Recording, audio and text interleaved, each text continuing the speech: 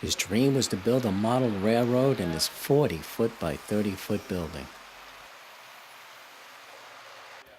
A place where family and friends can come and play and see all of his great creations he built over the years. Businessman, veteran, Bill MacColloch. He has inspired many of us model railroaders in Maine. Now gone, he leaves his legacy of his fine Maine Central layout.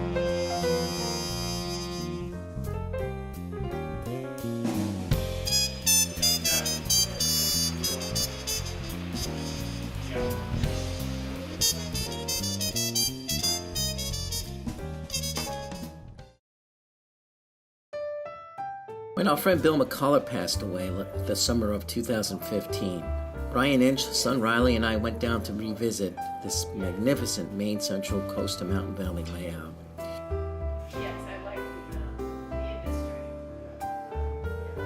I like that.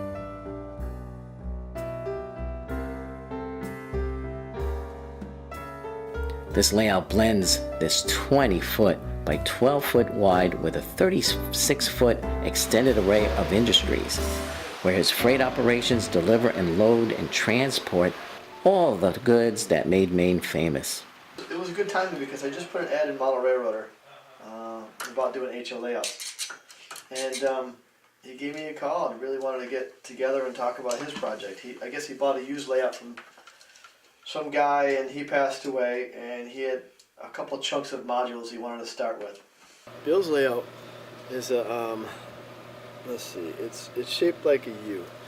It's, it must be 20 on one side, 12 wide, 36 long. It was all new sections we built. I think the original part was maybe 12 by 16 or something. But because he collected so much in years, I mean, once he breaks out 100 different buildings and only got a 4 by 8, where do you put them? You know, when he had the time, he had the area, he had a nice garage that he built specifically just for that layout. It was kind of nice. And, you know, he was retired, so we built it. You know, built the whole thing for him.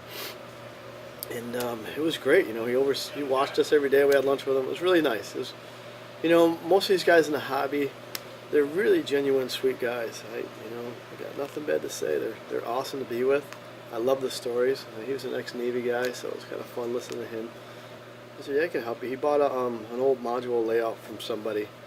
It needed a lot of work. He just wanted help wiring, and then it ended up being a whole layout job because it was just a mess. A lot of the old layouts are just old technology, an old track. It was all brass, so you couldn't use it. And the wire was all, you know, DC, and it was a mess. It really was. I mean, I think he bought it from somebody who built it like in the 60s or 70s. But he had the tables, so we just reused the whole tables and just made a whole new layout out of it. And by the time we were done, it was great. I think it was 36 foot long, big giant yards, different multiple staging, and I had a big river, and we had part of the ocean because we lived by Ellsworth. It had some lobster boats in it, and it had some of the paper mills that we used to have around here. Big mountain scene, you know, for the hills and stuff. So it was unique. It was a great layout.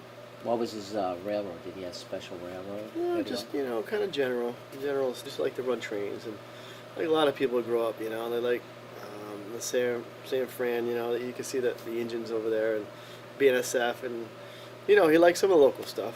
I think that's what his favorite was, you know, the Maine Central. You know, a bunch of old Harvest yellow engines running around. Did he ever talk about how he accumulated so many locomotives? I mean, that garage was just filled with trains of all kinds, Yep, and shelves and shelves on display. right. It's Like a lot of the timers, the old timers that, I'm 45, and these guys, they start building layout at 80. So twice as many years I've been living, they've been collecting, and they finally get time, or the money, or the means to do a layout, and they accumulate so much stuff by then. He's like every other guy I met. They have more stuff than they'll ever use or need. I mean, he had a wall, a 50-foot wall. You remember, Artie? It's a 50-foot wall of nothing but trains, and a lot of them he'd never run. And it's nice to have a collection. It keeps you going in the hobby and stuff. But don't wait till it's too late to build a layout. That's all I gotta say.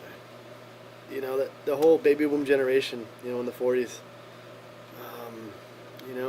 They're the ones that got me into the trains, because I was the next generation, Generation X. I was born in the late 60s, early 70s, and we had the last, here's the trains kid when I had them, and we had fun playing with them, and we grew up with those things, and it's not the same. Kids nowadays, they don't want anything to do with it. My generation, my kids, they're into it because I have trains here at the shop.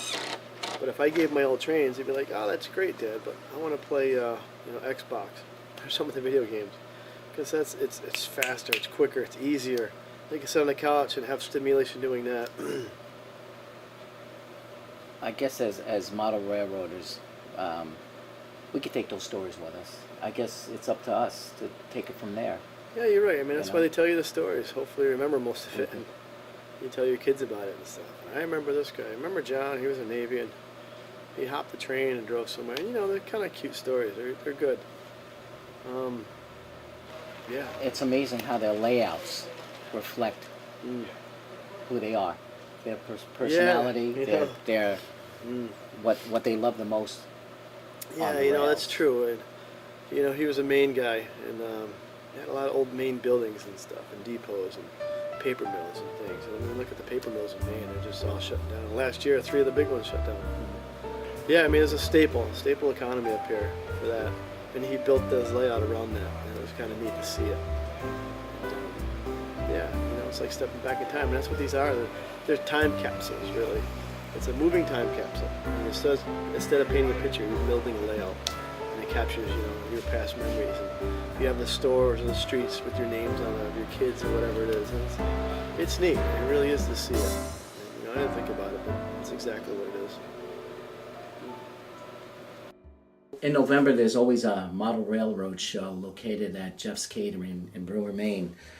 Many of the model railroad clubs around the state meet and have this show every November. And Bill always had a table there, and at his table he would always have these classic 1970s, maybe early 80s trains like Tyco and Model Power, all the toy-like trains that I used to play with as a kid, and they still had so much charm to them. And I always found them, whenever I see them, they always bring back great memories of the trains I used to play with. So I decided to buy one of his cars, and this one here is a Tyco Burlington, and this is a special train. This is a boxcar that has 2 people in it. It has these 2 prongs that hook up to this sliding metal connector, I guess a metal conductor, and you press a button, and the 2 men throw a box out of the car, and I would usually have like a platform, and I would always have this on my layout. I think that my previous Burlington car was somewhere, but I liked it so much, so I decided to buy this one. And I'm testing it out now. I haven't had it working yet.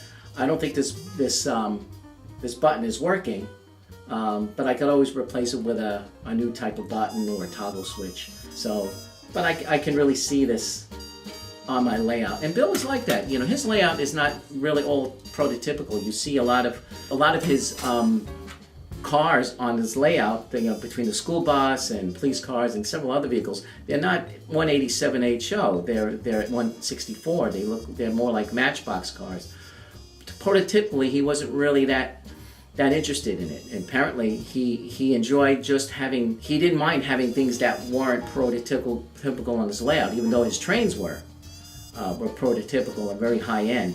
The vehicles that he used or maybe vehicles that his kids had, or maybe a grandchild had. And that's what a lot of model railroaders do. They even though it may not be an appropriate prototypical size for the layout, but it means there's something very special about that thing that they want on their layout. It becomes a very personal thing. No, it's really inspiring to see Bill's layout, and he made his dream finally come true. His layout inspires other model railroaders like me to make our own dreams come true. Thank you, Bill. Your memory will always be of a blessing. Rest in peace.